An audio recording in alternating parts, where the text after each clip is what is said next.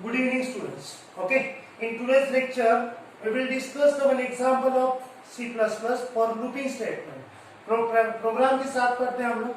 जैसे मैं एक लिखता हूँ C++ program to find factorial of user accepted number. Okay, now what is the question? Question is that write a C++ program to find the factorial of user accepted number. First हम लोग देखते हैं कि factorial होता क्या है.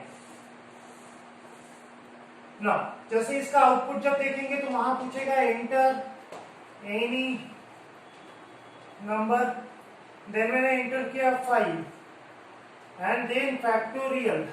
इसका output कैसे दिखेगा? Factorial is equal to.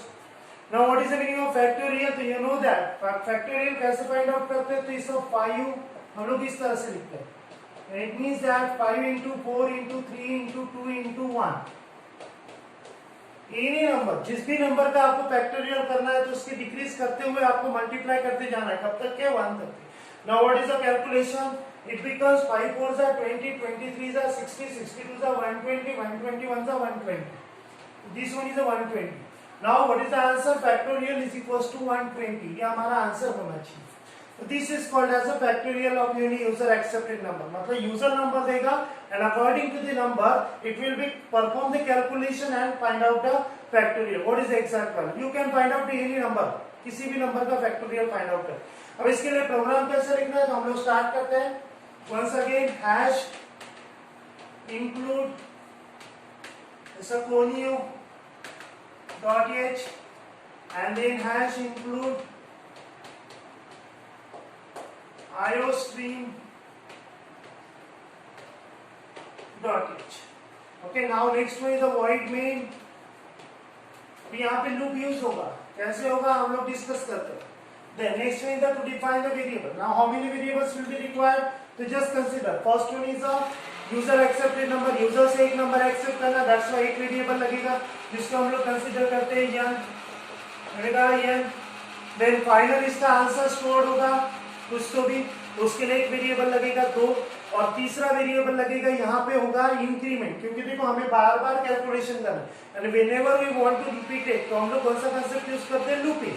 Looping में इनिशियलाइजेशन ऑफ वेरिएबल होता है तो that's why third variable required. तो सेम थे इसी तरीके से हमें कितने वेरिएबल रिक्वायर्ड होंगे? 3. तो मैं यहाँ पे डिफाइन करता हूँ. पहला मैंने डिफाइन किया int and this is the user accepted number.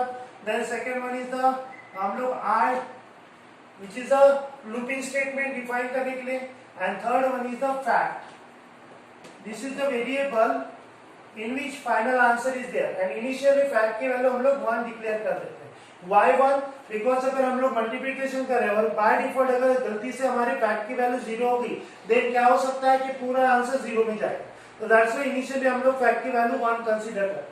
Then now हमें पहले n की वैल्यू यूजर्स से एक्सेप्ट करनी है तो देन हम लोग लिखेंगे cout and then enter any number.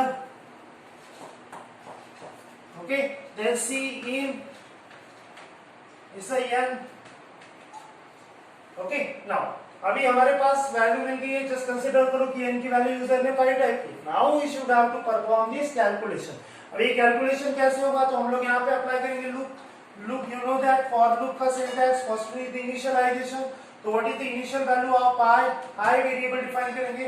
तो i is equals to 1 and then कहां तक की जाना है तो अप टू n मतलब मल्टीप्लिकेशन करना. देखो मल्टीप्लिकेशन मैंने i की वैल्यू 1 की रखी बिकॉज हमारा मल्टीप्लिकेशन कोई भी नंबर होगा 1 से स्टार्ट होगा और कहां तक की जाएगा तो अप टू नंबर. नंबर मतलब n.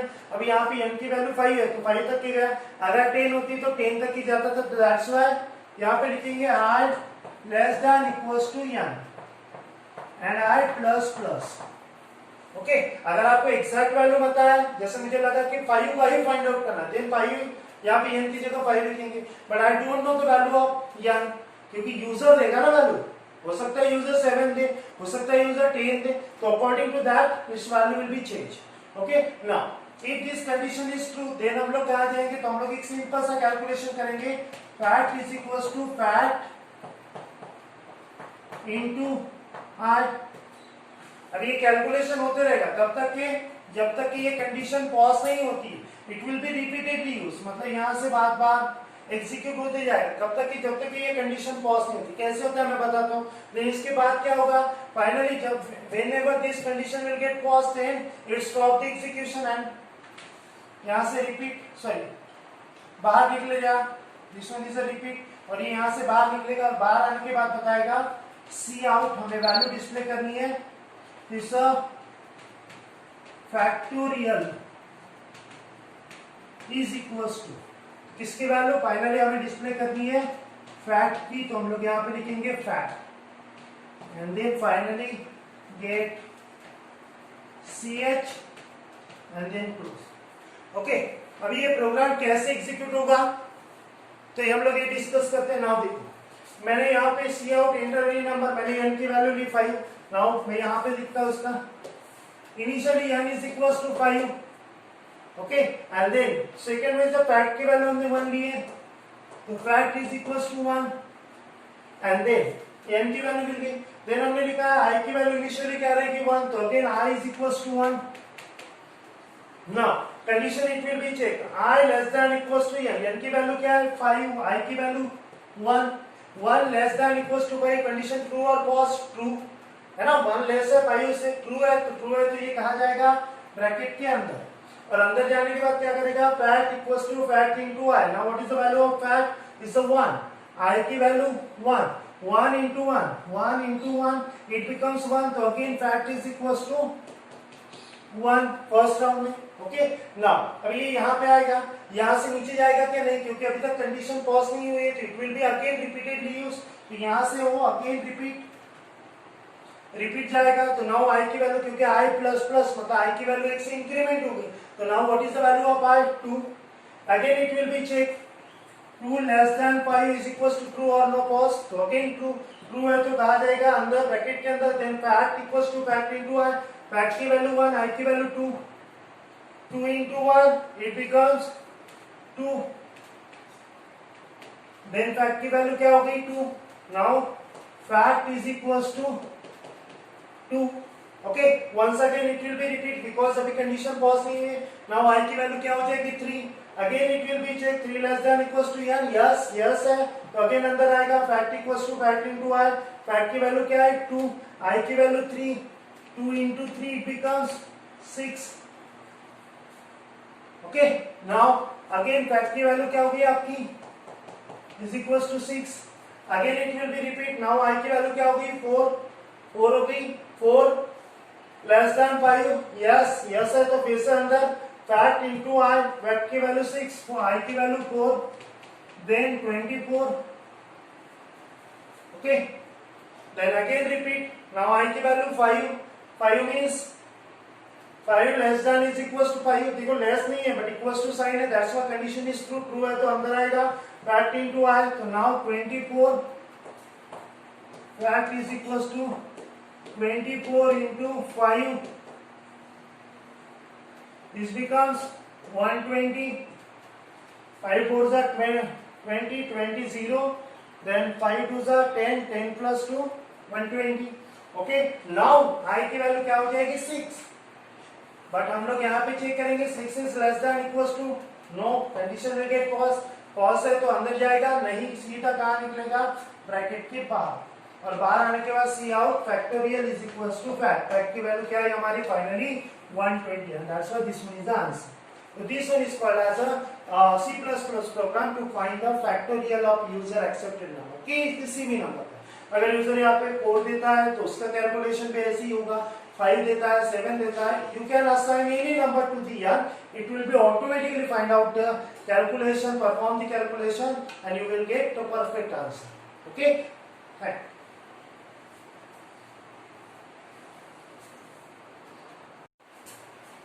ओके स्टूडेंट, अगेन हम लोग एक नया प्रोग्राम डिस्कस करते हैं, एक प्रोग्राम पढ़ते हैं, you can perform the automatically more than 10 to 12 program automatically हो जाए। कैसा? तो मैं यहाँ पे क्वेश्चन लिखता हूँ C++ program to find area and circumference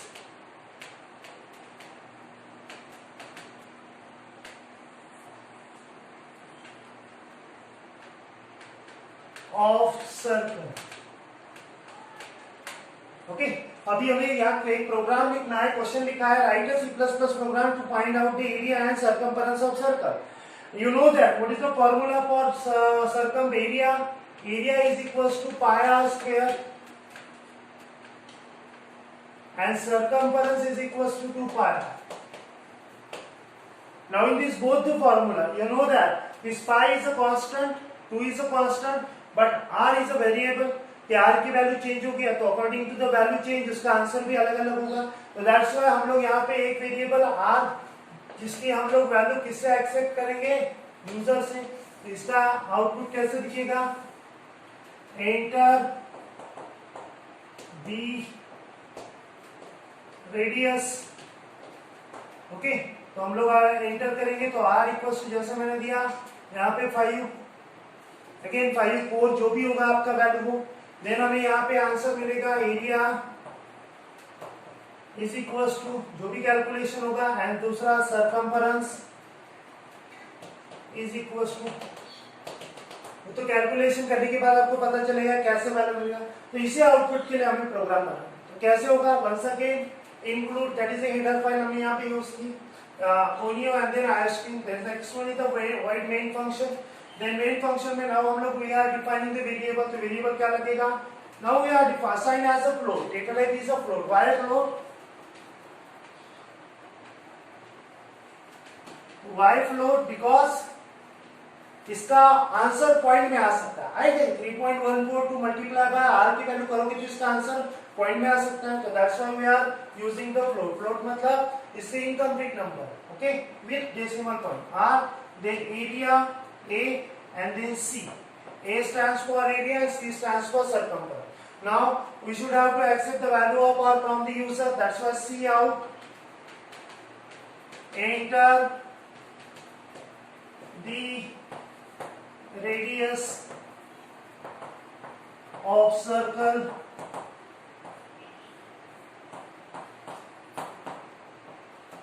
okay, then C in जो भी वैल्यू असाइन करेगी वो किसको असाइन होगी, R को।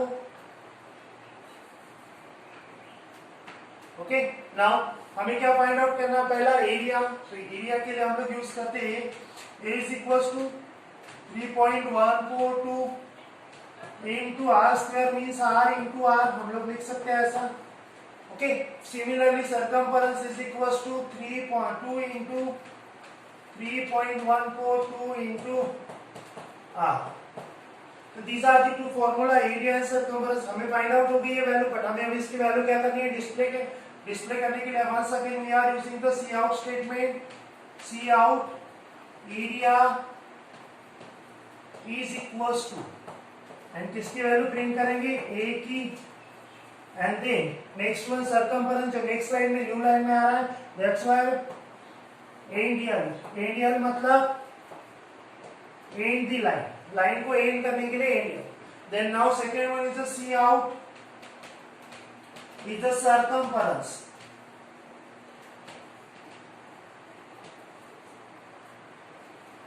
Is equals to, and then once again किसकी वैल्यू प्रिंट करेंगे हम लोग, सी की, and then finally get c H and bracket. This is called as a program to find area of area and circumference of circle।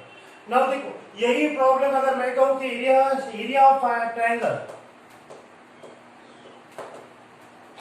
अगर आपको area of triangle find out करना, then what is the formula, half into base into height. okay, now in which you want to define the two variable, first one is the base and second with the height। Okay, और अगर ये दोनों चाहिए मतलब यहाँ पे दो variable define करने पड़ेंगे, अगेन एरिया तो रह गई। तो इस तरह से जितने भी मैथमेटिकल शेप होते हैं उसका area, perimeter, circumference you can easily find out. Okay, by using one C++ program. आपको कुछ नहीं करना, आपको कोई कैलकुलेशन नहीं करना, just you assign the value and whenever you enter the button और run it, execute it, it automatically display the area and circumference value, whatever the radius value, it never doesn't affect. आपके radius की value कुछ भी दे दो, हमें calculation करने के लिए समय लगेगा, but within 2 second your answer is there because you can execute by using the software program. Okay, so this is the benefit of C++ language, which is used to create a software mathematical calculation also. Mathematical calculation software design करने के लिए use होता है। Okay, so this is called as a area and circumference of circle by using the C++ program. Okay, thank you.